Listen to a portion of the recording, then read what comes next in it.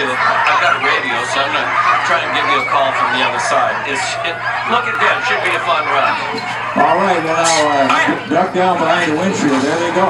Now it's quiet, and they're picking up speed. They're going to go around the vet barn, and you'll see them in the open space between the vet barn and the bushes, and then we'll lose sight of them, so I'll tell you a little bit more about where we'll see them again. But this is a great opportunity to see one of the great things about Alaskan life, 10 dogs on the line, going for it here. On a cool day, they'll really let it out. Now, what he's going to do is run him up around the house that he and Susan built, and we'll see him on the far side of the water in just a second. He's going to run down that back trail and do a very tight left turn. There's a fork down there, so he'll give a command to the lead dogs to the left, and then they'll come all the way back. Now, if you lose sight of them, check the video in just a second. You can't see it now, but when I holler, they'll be on the video, and you'll be able to see most of this and how they're doing. And he's looking at every dog to see who's running the trees, and we're straight away on the back side of the lake. And these guys are really pouring it on. This is a tremendous athletic achievement here because we're going 20 miles an hour, and it's only 10 dogs that are pulling me and a four-wheeler, which weigh together over 600 pounds.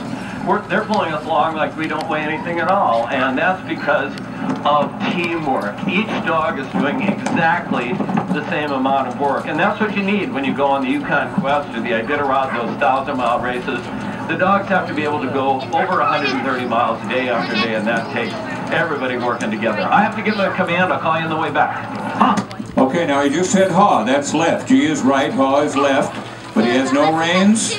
No bits in their teeth, no mechanical means of controlling that team. It's all done with the voice and the relationship that he has with those lead dogs. And here they come back after a nice turn once again. Well, here we are out of the trees, and we're headed home, and I can always tell when we're headed home because the dogs surge.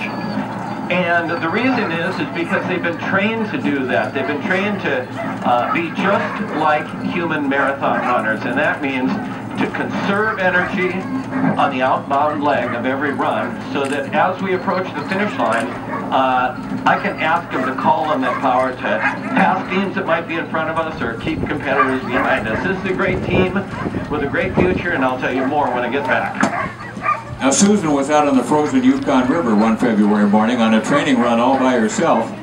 Granite was up front. She gave him a G command, and he went left instead of right. He'd never done that before.